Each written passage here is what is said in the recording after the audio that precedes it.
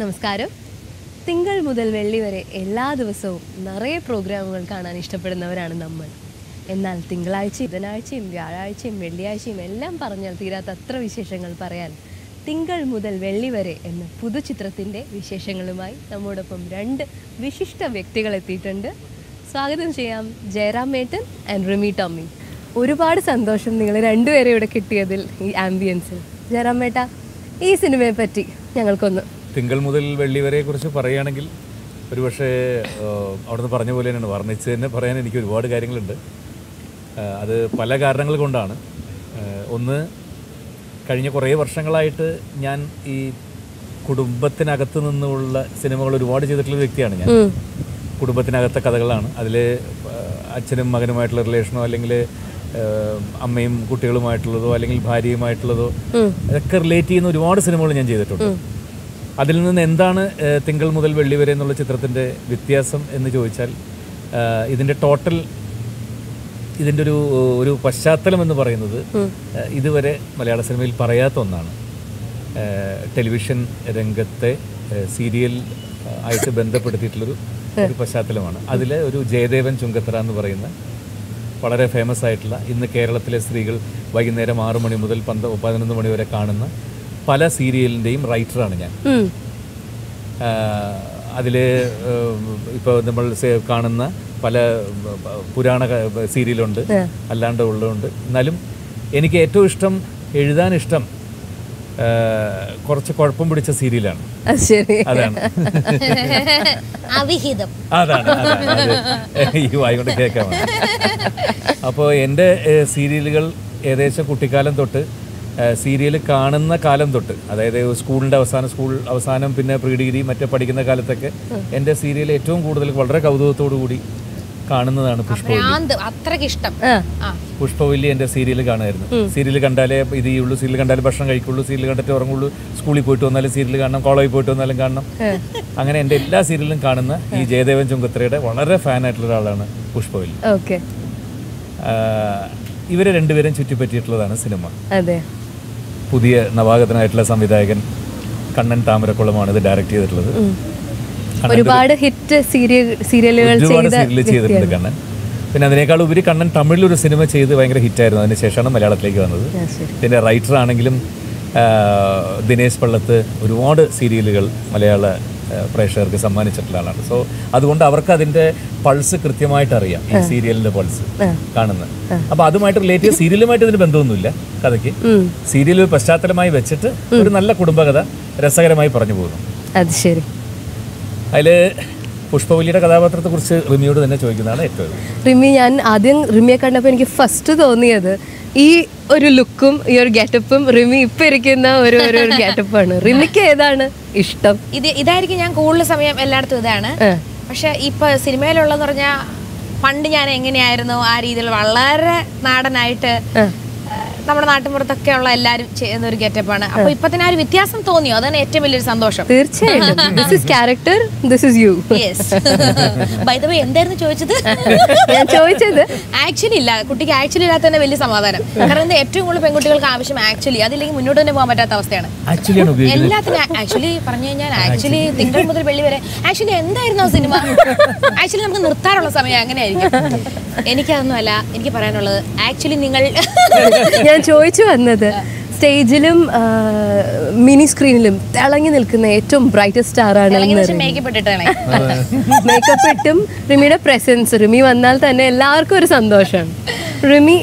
റിമിക്ക് ഇഷ്ടപ്പെട്ട acting career, acting as A career? എനിക്ക് ആദ്യം എന്താ പറയാ, ആ സാഗരത്തിലോട്ട് നൂളിട്ട് ഇറങ്ങാൻ ഞാൻ ഒരിക്കലും ആഗ്രഹിക്കുന്നില്ല. അഭിനയത്തെ ഞാനൊരു സാഗരമായിട്ട് ഞാൻ ഉപമിക്കുകയാണ്. അതിലോട്ട് ഊളിയിട്ട് ഇറങ്ങാൻ ഞാൻ ഒരിക്കലും ആഗ്രഹിക്കുന്നില്ല. എനിക്കിട്ട് പറ്റുമില്ല, കാരണം അതിനുള്ള കഴിവ് എനിക്കില്ല. ആ സാഗരത്തിന്റെ സൈഡിൽ നിന്ന് ചെറുതായിട്ട് കല്ലെറിഞ്ഞ് നോക്കാനാണ് ഞാൻ ആഗ്രഹിച്ചിരുന്നുള്ളൂ.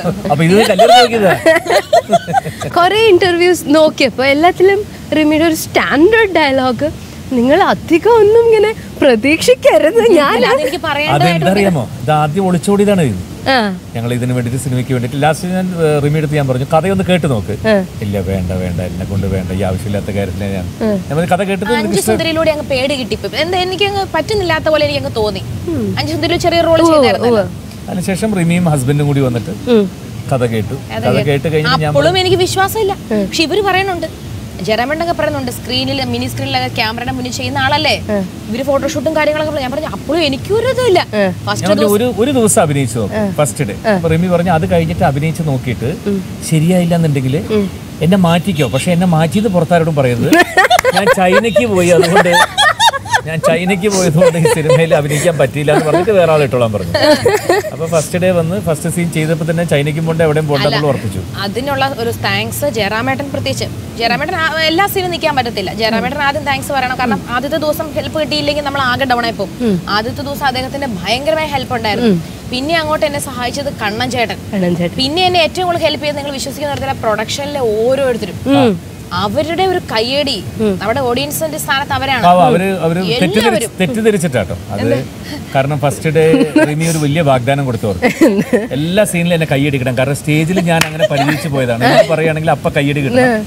അപ്പൊ നിങ്ങൾ യൂണിറ്റുകാർ മൊത്തം ക്യാമറയുടെ പിന്നിൽ നിൽക്കുന്നവർ കൈയടിക്കണം. അപ്പൊ അവർ പറഞ്ഞ് കൈയടിക്കാം, പക്ഷെ അവരുടെ ഉദ്ദേശം കൈയടിച്ചു കഴിഞ്ഞാൽ കുറെ ദിവസം കൈയടിക്കുമ്പോൾ അവർക്ക് എന്തെങ്കിലും ചെലവ് ചെയ്യുന്ന വിചാരിച്ചിട്ടാണ്. ചെലവ് ചെയ്തു 250 പേർക്ക് ചേർന്നിട്ട് എത്ര 15 രൂപയ്ക്ക് എന്ത് മേടിച്ചു? 10,000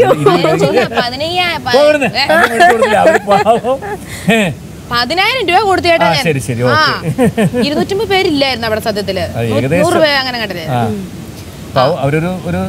എന്നാലും അവർക്ക് സന്തോഷമായി. അപ്പൊ ഞാൻ പറഞ്ഞു തന്നെ എന്തായിരുന്നു പുഷ്പവല്ലിയെ പറ്റി പറയാം. ചിലപ്പോ നിങ്ങൾ ചിലർ വിചാരിക്കും ബോട്ടിൽ മേടിച്ച് തെളിച്ച് വരുന്നേത്ത് അവരിപ്പോ അവരൊന്ന് ആഘോഷിക്കാൻ എന്ത് മേടിച്ചു കൊടുത്തു എന്നുള്ള കാര്യം അല്ല. നമ്മുടെ ചേട്ടന്മാർക്ക് ഏറ്റവും കൂടുതൽ ചെലവ് ചെയ്യണമെന്ന് പറയുമ്പോൾ ആദ്യം കൊണ്ട് ഒരു ഡയറി മിൽക്ക് കൊടുത്തു കഴിഞ്ഞാൽ അവർ പ്രാകും.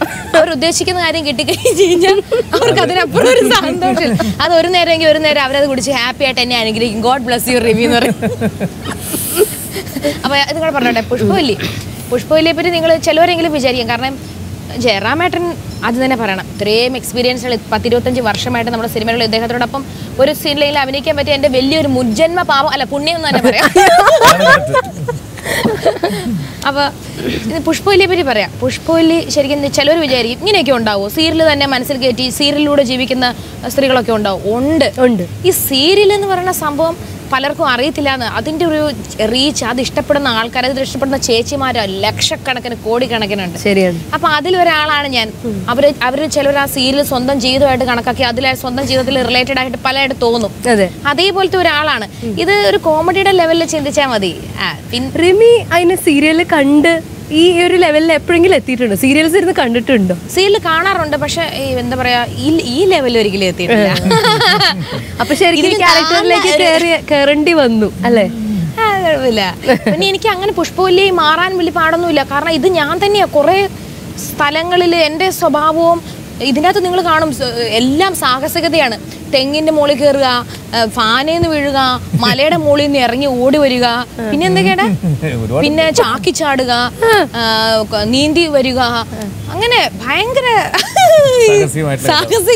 ആക്ഷൻ ത്രില്ലർ കൂടിയാണ്. ഇപ്പൊ ജസ്റ്റ് എന്റർടൈൻമെന്റ് അങ്ങനെയൊക്കെ. ഇനി അടുത്തത് അങ്ങനെ പറയാം, ത്രില്ലർ മൂവിന്ന്.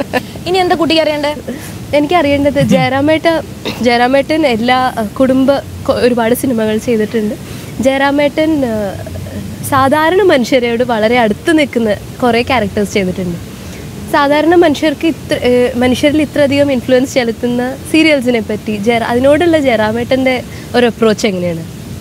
ചോദിച്ചതിന് കറക്റ്റാണ്. സാധാരണ മനുഷ്യരായിട്ട് ഒരുപാട് അടുത്ത് നിൽക്കുന്ന ആളാണ് ഞാൻ. കാരണം ഞാൻ ഈ പണ്ട് തൊട്ടേ സ്റ്റേജിൽ മിമിക്രി ഒരുപാട് ചെയ്തിട്ടാണ് സിനിമയിലേക്ക് എത്തുന്നത്. അപ്പോൾ 1000-കണക്കിന് 10,000-കണക്കിന് ഉത്സവപ്പറമ്പുകളിലും അല്ലാത്ത സ്ഥലത്തുമെല്ലാം ഓഡിയൻസ് ആയിട്ടൊരു ഡയറക്റ്റ് ആയിട്ടുള്ളൊരു ഇൻട്രാക്ഷൻ ചെയ്യാനായിട്ടുള്ള ഒരുപാട് അവസരങ്ങൾ കിട്ടിയിട്ടുണ്ട്. ഇപ്പോഴാണെങ്കിലും അത് തുടർന്നു കൊണ്ടുപോകുന്ന ഒരാളാണ് ഞാനൊരു ചെണ്ടകൊട്ടാനൊക്കെ ഉത്സവപ്പറമ്പുകളിലൊക്കെ നിൽക്കുന്ന ആളാണ്. അപ്പോൾ ഇത്രയും ആളുകളായിട്ട് അടുത്ത് ഇടപഴകുമ്പോൾ അവരുമായിട്ടുള്ള ഒരുപാട് കാര്യങ്ങൾ, അപ്പോൾ അതുകൊണ്ടായിരിക്കും ഒരു പക്ഷേ അവരുടെ സ്വന്തം വീട്ടിലൊരാളെ പോലെ എന്നെ എല്ലാവരും കാണാറുണ്ട്. കേരളത്തിനകത്താണെങ്കിലും പുറത്താണെങ്കിലും എവിടെ ചെന്നാലും. അപ്പോൾ പല കുടുംബങ്ങളിലും നോക്കുമ്പോൾ അവർ ഏറ്റവും കൂടുതൽ സ്പെൻഡ് ചെയ്യുന്ന സമയം എന്ന് പറയുന്നത് വൈകിട്ട് ഈ ടി വിയുടെ മുമ്പിലാണ്. ഒരു വീട്ടമ്മ രാവിലെ തൊട്ട് അവരുടെ ജോലികൾ തീർക്കുമ്പോൾ അവരുടെ മനസ്സിലുള്ള മുഴുവൻ അതാണ്. ഇത് ഞാൻ വേറെ ഇന്റർവ്യൂവിൽ പറഞ്ഞ അതേ കാര്യമല്ലേ ചേട്ടാ? ഏത് ഇന്റർവ്യൂ? ഇച്ചിരി മുമ്പ് നടന്ന ഇന്റർവ്യൂല് ഞാൻ പറഞ്ഞ കാര്യമില്ല ഇപ്പൊ ചേട്ടാ ഇതേ തന്നെ പറയണേ. എനിക്ക് സന്തോഷമുണ്ട്, എന്തായാലും എനിക്ക് സന്തോഷമുണ്ട്. എന്റെ ഒരു വാക്ക്, ഞാൻ പറഞ്ഞ വാക്ക് ചേട്ടന്റെ മനസ്സിൽ തട്ടിയില്ല. അത് കഴിഞ്ഞ് ബാക്കി പറഞ്ഞു. വീട്ടമ്മ രാവിലെ തൊട്ട് എണീക്കുമ്പോ തൊട്ട് ഈ സീരിയൽ കാണാൻ വേണ്ടി അവർ ജോലി ചെയ്യുന്ന കാര്യം ഞാൻ വേറെ ഇന്റർവ്യൂവിൽ ഇപ്പൊ പറഞ്ഞതാ. എന്നാലും ജെറാമേട്ട റിമിയുടെ ഡയലോഗാണോ അത്?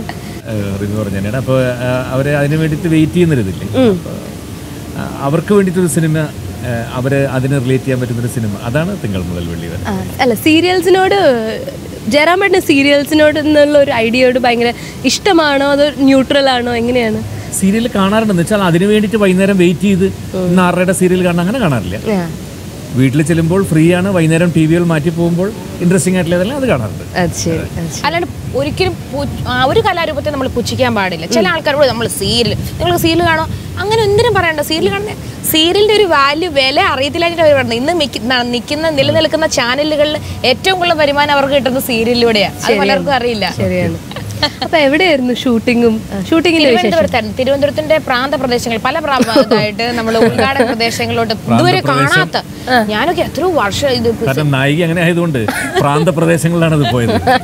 പ്രാന്ത എല്ലാത്തിലുള്ള നല്ല ഉള്ളിലോട്ടുള്ള പല സ്ഥലങ്ങളും നമ്മൾ അറിയത്തില്ലാത്ത സ്ഥലങ്ങൾ ഡയറക്ടർ പോയി തേടി പിടിച്ച് ലൊക്കേഷൻ ഒരുക്കിയായിരുന്നു. അത് ശരി, അത് ശരി. ഇതിൽ അഭിനയിക്കുന്ന ബാക്കിയില്ല മനസ്സിലായി. ഞാനത് കേട്ടിട്ട് മൈൻഡ് ചെയ്യാൻ വിടുമായിരുന്നു. അനൂപ് മേനോൻ ചേട്ടൻ പറഞ്ഞു, അനൂപ് മേനോൻ, ഇടവേള ബാബു, അനൂപ് ചന്ദ്രൻ, ജനാർദ്ദന ചേട്ടൻ, KPS ലളിത, പിന്നെ വിജി ചന്ദ്രശേഖർ, ഗണേഷ് കുമാർ, ഗണേഷ് കുമാർ, പിന്നെ പിന്നെ ഒത്തിരി പേര് കാണാനൊക്കെ വന്നിരുന്നു. അവരുടെ പേര് വേണോ? അയ്യോ വേണ്ട. അപ്പോൾ റിമിക്ക് ഏറ്റവും കൂടുതൽ ചലഞ്ചിങ് ആയിട്ട് തോന്നിയത് ഈ ഒരു സംരംഭത്തിൽ? ആദ്യത്തെ 2 ദിവസം എനിക്ക് ആദ്യത്തെ 2 ദിവസവും അത് തുടങ്ങുന്നതിന് മുമ്പുള്ള ഒരു മാസവും അതെനിക്ക് പറയാൻ പറ്റത്തില്ല. ആദ്യത്തെ ദിവസം ലൊക്കേഷനിൽ പോകണമെങ്കിൽ ഈ ഭാഗമൊന്നും ഇല്ലാത്ത പോലെ, വർക്കിംഗ് അല്ലാത്ത പോലെ എനിക്ക് തോന്നുന്നു. എനിക്ക് എന്താണെന്ന് എനിക്ക് അറിയാം. പിന്നെ പതുക്കെ ഓക്കെ ആവും. പിന്നെ ചില സമയത്ത് നമുക്ക് ടെൻഷൻ കയറും. പക്ഷെ അപ്പോഴാണ് ഞാൻ കണ്ണൻ ചേട്ടനും ഇവരും ഒക്കെ എനിക്ക് എൻ്റെ അത്രയും റിമിക്ക് എന്ത് കണ്ടിട്ട് അവരെന്നെ വിശ്വസിക്കുന്നത് എനിക്കറിയത്തില്ല. പക്ഷെ എന്തോ ജയറാമേട്ടനാണല്ലേ റിമിയെ വിളിച്ചത്? ജയറാമേട്ടൻ ഫസ്റ്റ് വിളിക്കുന്ന ആൻഡോ ചേട്ടൻ. അത് ശരി.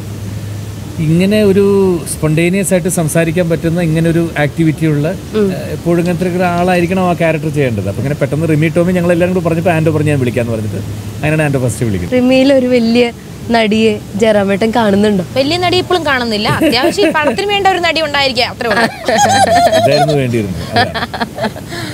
പിന്നെ സെറ്റിലാണെങ്കിലും നമ്മളെപ്പോഴും ഈ ഒരു സീൻ കഴിഞ്ഞിട്ട് അടുത്ത സീൻ എടുക്കുന്നതിന് മുമ്പ് പെട്ടെന്ന് റിമിയെ നോക്കിയാൽ കുറെ ഷൂട്ടിംഗ് കാണാൻ വന്ന ആൾക്കാർ അവിടെ വന്നിട്ട് സംസാരിച്ചു നോക്കിയാൽ അവരോട് ഇങ്ങനെ സംസാരിക്കുക. അപ്പൊ റിമി ഒരു പാട്ട് പാടുകയോ ചോദിച്ചാൽ അവിടെ നിന്നുകൊണ്ട് തന്നെ ഹരഹരോ ഹര അവിടെ തുടങ്ങും. അപ്പൊ അതുകൊണ്ട് ജയറാമേട്ടന് പാട്ടുമായിട്ടുള്ള ഒരു കണക്ഷൻ ഒരിക്കലും നമുക്ക് ആർക്കും ഒഴിച്ചു മാറ്റാൻ പറ്റില്ല. കാരണം ഒരു പാട്ട് സീൻ ഉണ്ടെങ്കിൽ ജയറാമേട്ടൻ അത് ശരിക്കും പാടുക. എനിക്ക് പാട്ട് ജയറാമേട്ടൻ്റെ കരിയറിൽ ഒത്തിരി പാട്ടുകൾ കിട്ടിയിട്ടുണ്ട്. എന്നും നമ്മൾ ഓർത്തു വെക്കുന്ന ഒരുപാട് പാട്ടുകൾ കിട്ടിയിട്ടുണ്ട്. അത് മാത്രമല്ല പാടുമ്പോൾ ഇപ്പൊ ആദ്യമായി കണ്ടത് അത് പാടുമ്പോ ദാസാറാണോ ജയറാമേട്ടനാണോ പാടുന്നത് നമുക്ക് തെറ്റിപ്പോകും. അതൊക്കെ അത് അറിഞ്ഞു അങ്ങ് ജയറാമേട്ടന് പാടാൻ കിട്ടിയിരുന്നെങ്കിൽ എന്നുള്ള രീതിയിലാണ് പാടുന്നത്. ജയറാമേട്ടന് പാടാൻ ഇഷ്ടമാണ്. പിന്നെ ഇഷ്ടം പറഞ്ഞാൽ ആർക്കാ പാടാൻ ഇഷ്ടമല്ല? പാട്ട് പാടാനുള്ള എത്ര ശബ്ദത്തിൽ വരെ ജയറാമേട്ടൻ പാടുന്ന ഒരു ഈവന്റിൽ എന്നെ ഞെട്ടിച്ചു കളഞ്ഞു പഴയ പാട്ടുകളൊക്കെ. പക്ഷെ നമ്മൾ ഇന്നേ വരെ ജയറാമേട്ടൻ മിമിക്രി കാണിക്കുന്ന കണ്ടിട്ടുള്ളൂ. സിംഗേഴ്സ് പല പഴയ സിംഗേഴ്സിന്റെ ശബ്ദത്തിലൂടെ പോകുമ്പോ സത്യമായിട്ടും ഞാൻ കോളേജിൽ പഠിച്ചിരുന്ന കാലത്ത് ഇന്റർ കോളേജിൽ കോമ്പറ്റീഷൻ ഞാൻ പങ്കെടുത്ത് ഐറ്റ് ചെയ്തായിരുന്നു. പല പാട്ടുകാരുടെയും ശബ്ദം, മന്നാടെ, തലത് മെഹമ്മൂദ്, പി ജയചന്ദ്രൻ, കമുകറ പുരുഷോത്തമൻ, പി ലീല, ഒരുപാട് പേരുടെ പാട്ടുകൾ ശബ്ദം ഇമിറ്റേറ്റ് ചെയ്യാറ്. അതാണ് എനിക്ക് ഫസ്റ്റ് കിട്ടിയത് അന്ന് ഇന്റർ കോളേജിൽ. പക്ഷെ ആ പ്രായമൊക്കെ മാറിപ്പോയി, ശബ്ദമൊക്കെ മാറിപ്പോയി. ഇന്നൊന്നും പാടി നന്നാവില്ല. ഇത് ജയറാമേട്ടന്റെ 201ാമത്തെ ചിത്രം കണ്ടാണ് അല്ലേ? ഓ ജയറാമേട്ടാ, അതൊരു വലിയ ഏകദേശം 150 നായികമാര് ജീവിതത്തിൽ വന്ന് കയറി ഇറങ്ങിപ്പോയി അല്ലേ? 201ാമത്തെ നായിക. എല്ലാ നായികമാരെയും താലി കെട്ടി കല്യാണം കഴിക്കാനുള്ള ഭാഗ്യം എനിക്കുണ്ടായിരുന്നു. ഏകദേശം 99%. ഇതാ ഇവിടെ ഇനി സ്ക്രിപ്റ്റിൽ ഇല്ലെങ്കിൽ പോലും ചേട്ടൻ പറയാം അവരെന്നെ ജയറാമേട്ടന്റെ അടുത്ത പ്രോജക്റ്റും ആന്റോ സാറിന്റെ കൂടെ. അടുത്ത് ആൻഡോ ജോസഫിൻ്റെയാണ്. അത് 2 നായികമാരാണ്. ഒന്ന് നമ്മുടെ ലക്ഷ്മി റോയും ഒന്ന് ആശാ ശരത്തുമാണ്. ആശാ ശരത്താണ് പ്രധാന വേഷം അതിൽ ചെയ്യുന്നത്. അതിന്റെ ടോട്ടൽ ഷൂട്ടിങ് ഇംഗ്ലണ്ടിലും ജർമ്മനി അവിടെ പുറമെയാണ് മുഴുവനായിട്ടത്. സന്തോഷമായി ഗോപിയേട്ടാന്നാണ് സിനിമയുടെ പേര്. ബോബൻ സാമുവൽ ആണ് ഡയറക്ട് ചെയ്യുന്നത്. ഇതേ റൈറ്റർ തന്നെ, സെയിം സ്ക്രിപ്റ്റ് റൈറ്ററാണ് ദിനേശ് തന്നെ. അതിന് വേണ്ടിയിട്ടാണ് ഇത് ഈ കുറച്ച് ബിൻ ലാദന്റെ ഛായയുള്ള ഈ താടി വെച്ചിരിക്കുന്നു. പക്ഷെ ഈ അടുത്ത കാലത്ത് നമ്മൾ കണ്ട ജയറാമേട്ടനിൽ ഏറ്റവും സൗന്ദര്യം തിങ്കൾ മുതൽ വെള്ളി വരെയുടെ ആ ഒരു ലുക്ക് ഭയങ്കര രസമായിരുന്നു. അത് ഗംഭീരമായിരുന്നു. സൗന്ദര്യത്തിന്റെ കാര്യത്തിൽ Rimi you look so cute ഉണ്ട്. സത്യമാണ് പറയണേ, സത്യമായിട്ടും എന്തായാലും പോണ അല്ല ഞാൻ സത്യമായിട്ട് പറയാണ്, വളരെ ചേരുന്നുണ്ട്. അത് റിമിയുടെ ഈ look as much as it suits you, അതും വളരെ നാച്ചുറൽ ആയിട്ട് സിനിമയിലെ ലുക്ക് ഇഷ്ടമാണ്. ഷൂട്ടിംഗ് സമയത്ത് കണ്ടിരുന്നെങ്കിൽ കുറച്ചും കൂടി രസകരമായിട്ടുള്ള കാര്യം ആ സ്റ്റൂളിപ്പുണ്ടാ. കാരണം അത് പറയണമല്ലോ, ഹൈറ്റിന്റെ കാര്യം പറയണം. ജയറാമേട്ടന് 6 അടി ഹൈറ്റ് ഉണ്ട്. അപ്പൊ പല സീനിലും ഒന്നിച്ച് നിൽക്കുമ്പോൾ ഞങ്ങൾ സെറ്റ് ഇടുക, മറ്റേ സ്റ്റൂൾ ഇടുക, അങ്ങനെയൊക്കെയാ. പിന്നെ പതുക്കെ ആയപ്പോ അവര് മടുത്തു. പിന്നെ ഉള്ള ഹൈറ്റ് ഒക്കെ മതി എന്നൊക്കെ പറഞ്ഞു. ചില സീനിൽ ഇത്രയായിരിക്കും, ചില സീനിൽ ഇത്രയായിരിക്കും വ്യത്യാസം. അതിൽ കഥയിൽ ചോദ്യമില്ല. അത് എന്തുകൊണ്ടൊന്നും ആരും ചോദിക്കേണ്ട കാര്യമില്ല. അല്ല കഥ അല്ലെങ്കിൽ തന്നെ അതൊക്കെ ഇഷ്ടംപോലെ ജയറാമേട്ടൻ സിനിമയ്ക്ക് വന്നതിന് ശേഷം ഇത് ജയറാമേട്ടന് വേണ്ടി, ഇത് നമ്മുടെ മണിമ്പിള്ള രാജുവിന് വേണ്ടി, അങ്ങനെയൊക്കെ സെറ്റ് ചെയ്ത് വെച്ചേക്കുക. ഇതിലെ പാട്ടുകൾ, ഈ സിനിമയിലെ പാട്ടുകൾ, ഇതിലെ പാട്ട് അഫ്സലൊക്കെ പറഞ്ഞ പാടിയിട്ടുണ്ട്. പിന്നെ ഞാൻ തകർത്തൊരു പാട്ട് പാടിയിട്ടുണ്ട്. അത് സിനിമയിൽ ഇല്ലാണ്ടായി പോയി. അതെയാ? അത് സിനിമ കഴിഞ്ഞിട്ടുള്ള പാട്ടിനുള്ള സ്കോപ്പും ഇല്ല. പിന്നെ എന്തോ ആ സമയത്തല്ലേ ഒരു സമയം ഉണ്ടായിരുന്നെങ്കിൽ ഒരു പാട്ടാണ് ശരിക്കും ഉള്ളത്. അത് ഞാൻ കല്യാണം കഴിഞ്ഞ് വന്ന ശേഷമുള്ള പാട്ടുണ്ട്. അതൊരു കോമഡി പോലത്തെ ഒരു പാട്ടാണത്. പിന്നെ കല്യാണ സമയത്ത് ഒരു പാട്ടുണ്ട്. നാദൃഷിക്കാണ് എഴുതിയൊക്കെ, നല്ല വരികളാണ്. സാനന്ദ് ജോർജ് മ്യൂസിക്, എല്ലാം നല്ല രസമായിട്ടുണ്ട്. വിജയലക്ഷ്മി പാടിയൊരു പാട്ടുണ്ട്. അത് വളരെ മനോഹരമായിട്ട്. റിമി പാടിയ പാട്ട്, എന്റെ പാട്ടിന്റെ തുടക്കം കിട്ടി എനിക്ക് പാടാൻ വേണ്ടി ഒരു പാട്ട്. അന്തി നേരത്തെ 7 വട്ടം ക്ലോക്ക് ചേട്ടൻ മണിയടിച്ചാൽ അടുക്കളേന്ന് പെണ്ണുങ്ങള് പായും. സീരിയലിന്റെ നേരത്തെങ്ങാൻ വീട്ടിലൊരു ഗസ്റ്റ് വന്ന ഗോസ്റ്റ് പോലെ പെണ്ണുങ്ങള് കാണും. പ്രാർത്ഥനയും പഠിപ്പുമില്ല, കഞ്ഞി വെക്കാൻ നേരമില്ല. പ്രാർത്ഥനയും പഠിപ്പുമില്ല, കഞ്ഞി വെക്കാൻ നേരമില്ല. 5-8 കൊല്ലം കഴിഞ്ഞിട്ട് ഭർത്താവ് പേർഷ്യന്ന് വന്നാലും നെവർ മൈൻഡ്. തിങ്കൾ മുതൽ വെള്ളി വരെ, തിങ്കൾ മുതൽ വെള്ളി വരെ. ഈ പാട്ട് പടത്തിലിടാൻ പറ്റില്ല. അയ്യോ, നഷ്ടമായി പോയി. നല്ല പാട്ടാണ്. പക്ഷെ മിനി സ്ക്രീനിൽ വന്ന് നമ്മളൊക്കെ ടൈം ഇല്ലാണ്ടായി പോയി. കാരണം അല്ലാണ്ട് തന്നെ പടം പാക്ഡ് ആണ്. ഓക്കെ, നല്ല നമ്മള് ട്രെയിലറിലൂടെ എല്ലാം ഇത് കണ്ട് പരിചിതമാവും. കാരണം ലിറിക്സ് ആർ സോ കാച്ചി അല്ലേ, വളരെ റിലേറ്റ് ചെയ്യുന്ന. ആദർശ് ചേട്ടനല്ലേ അദ്ദേഹം എന്തായാലും ഒരു